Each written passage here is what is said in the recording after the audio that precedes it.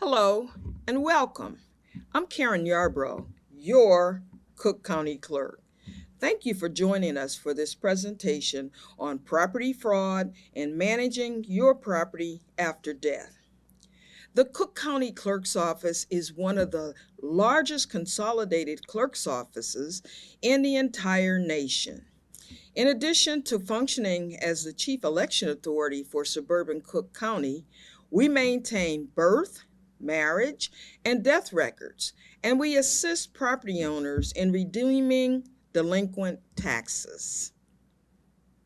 We also have a recording operations division that records and stores land records and other official documents, which includes deeds, transfer on death instruments, and real estate documents.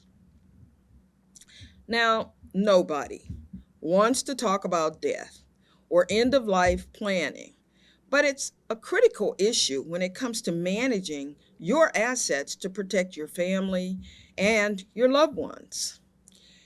And we all need to be aware of the threat of property fraud and how we can guard against this type of financial crime.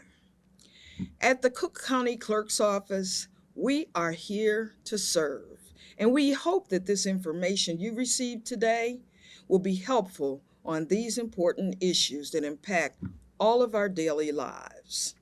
Now, I'd like to introduce you to my trusty assistant who will guide us through this presentation. Thank you, Madam Clerk. Before we begin our discussion, we want to let you know that we will have volunteer attorneys available at the end of the presentation who can answer your questions about the topics we will be covering. If you are joining our program via Zoom and have questions that come up during the presentation, simply type your question in the Q&A section through your Zoom link and the attorneys will respond accordingly.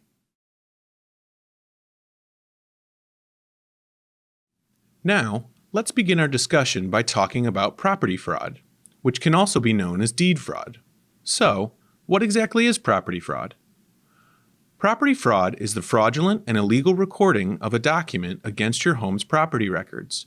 We call it paper terrorism, and it's a very real problem and potential risk for all property owners. How can this happen? Almost every state has an open and public recording system, meaning that you cannot freeze your chain of title like you can your credit report. Plus, county recorders are not authorized by law to validate legal claims made in documents. Property fraud can involve the recording or filing of false or forged transfers of ownership, quitclaim deeds, or the filing of a bogus lien to steal property or harass an unsuspecting property owner. Even if your home is paid off, that does not stop someone from filing a new deed on top of it without the property owner's knowledge.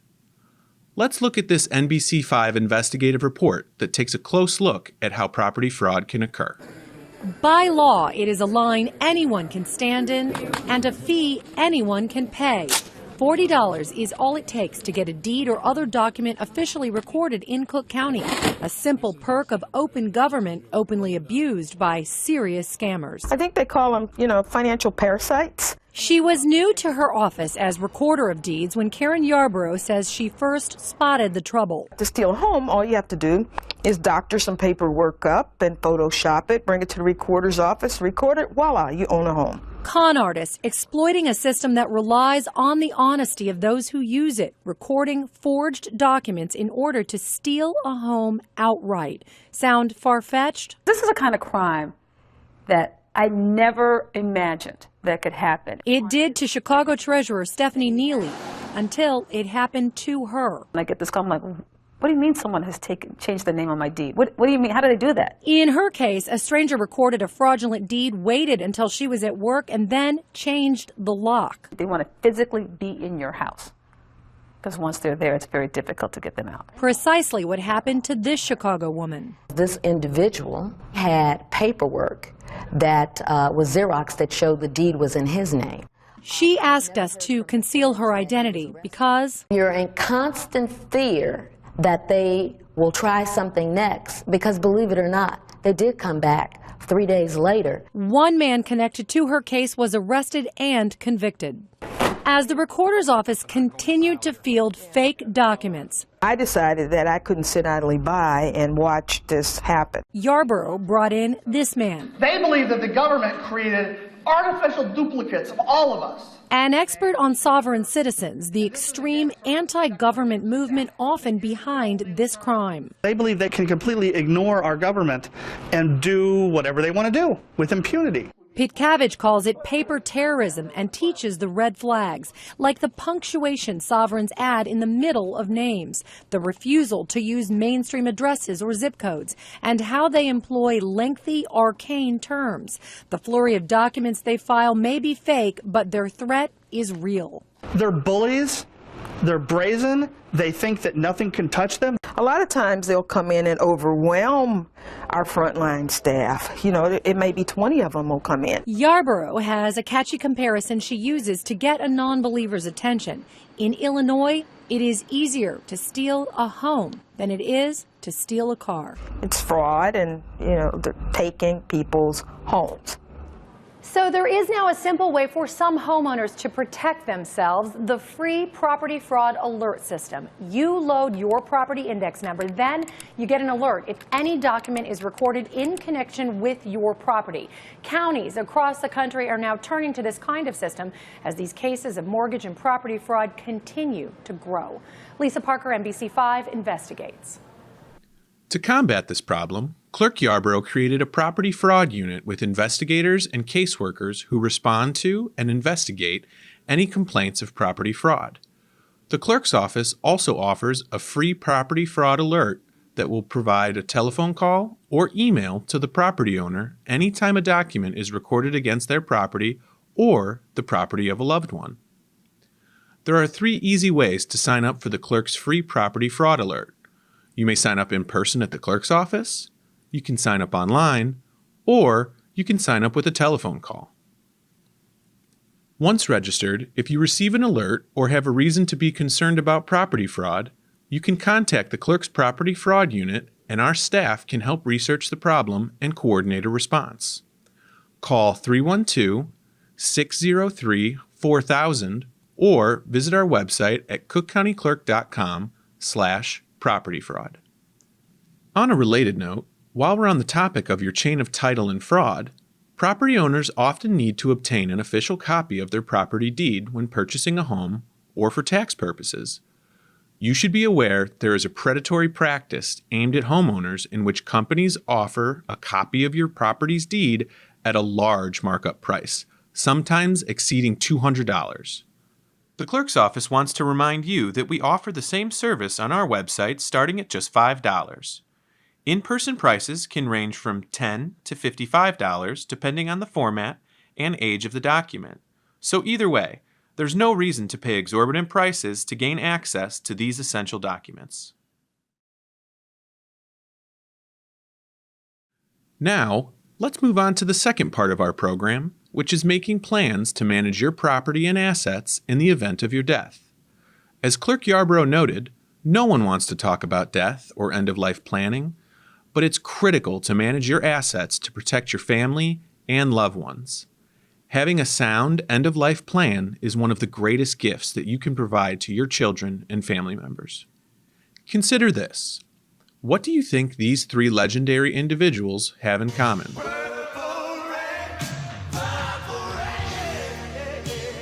Prince,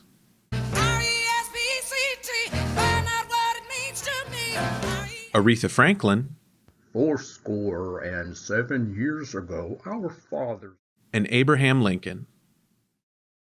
Actually, they have something very unfortunate in common. They failed to make plans for their assets upon their death. No will, no trust, and no plan. Now, let's consider someone who thought he had it right. Wow, I feel good. Music legend James Brown, the godfather of soul. When he passed away in 2006, Brown's estate was worth an estimated $90 million. When he died, Brown left behind a plan for most of his estate to pay for scholarships for children in need in South Carolina, the state where he was born. But that will was challenged by family members after his death, resulting in more than 12 lawsuits. It took more than a decade of litigation before Mr. Brown's assets were designated as he had intended. So how do you get it right when it comes to your property after death? The best advice is to consult an attorney or estate planning professional to provide you with advice for your specific circumstances. But you should also know that under Illinois law, you can transfer your home, your car, or your bank account to a loved one without a will or a trust, and without having to pay any fees or court costs. Here are the details on how to transfer your property. First, a transfer on death instrument. The clerk's office has a free document on our website known as a transfer on death instrument. We call it a toady. No, not that kind of toady. You can also obtain this document at no cost from any attorney or legal aid organization. The form should be completed and notarized and then recorded at the clerk's office in our Recording Operations Division. The transfer on death instrument will then be recorded on your property's chain of title, and, upon your death, the person designated to receive your property can do so after completing the required forms. Please note that the clerk's office cannot assist you in the preparation of a transfer on death instrument or any legal document. We do not provide legal advice to customers. Next, let's discuss a payable on death instrument. You can transfer the funds from your local bank account in a similar way. Utilizing a tool known as payable on death instrument, a person can transfer assets in a bank account to the beneficiary of their choosing after death. A payable on death instrument can be obtained and used at most financial institutions for checking and savings accounts, as well as certificates of deposits, CDs, money markets, and savings bonds. Even if you have completed a payable on death instrument, the account holder has full control of their funds in the account until the time of their death. When the account holder passes, the beneficiary can claim specified assets directly from the financial institution without having to wait for probate court proceedings. Finally, let's discuss a beneficiary affidavit. There is also a mechanism to transfer your car to a designated beneficiary. A vehicle owner may change, add, or remove a beneficiary on the title of their car by completing a free beneficiary affidavit through the Illinois Secretary of State's office. To obtain this beneficiary affidavit, go to the Illinois Secretary of State website at www.ilsos.gov. Keep in mind that if money is still owed on your home or vehicle at the time of your death, your beneficiary will be responsible for the mortgage and payments moving forward. On behalf of Clerk Karen Yarborough, we hope that you have found this presentation useful. The clerk's office is your first line of defense against property fraud, so we hope that you will take this opportunity to sign up for our free property fraud alert if you have not already done so. Managing your property and your assets in the event of your death is also critical to protecting your family and your assets, and to ensure that your wishes are carried out after your death. A copy of this presentation is available on the clerk's website if you would like to review it again or share with a friend or family member. Please visit www.cookcountyclerk.com/PAD resources to review the presentation. For more information on how to host a Property After Death Property Fraud Forum in your community, contact our Special Assistant to the Clerk for Community Affairs, Robin Staggers, at 312-603-3974 or email robin.staggers@cookcountyil.gov. Now let's ask the volunteer attorneys who are joining us to introduce themselves, and we will open up our presentation for your questions.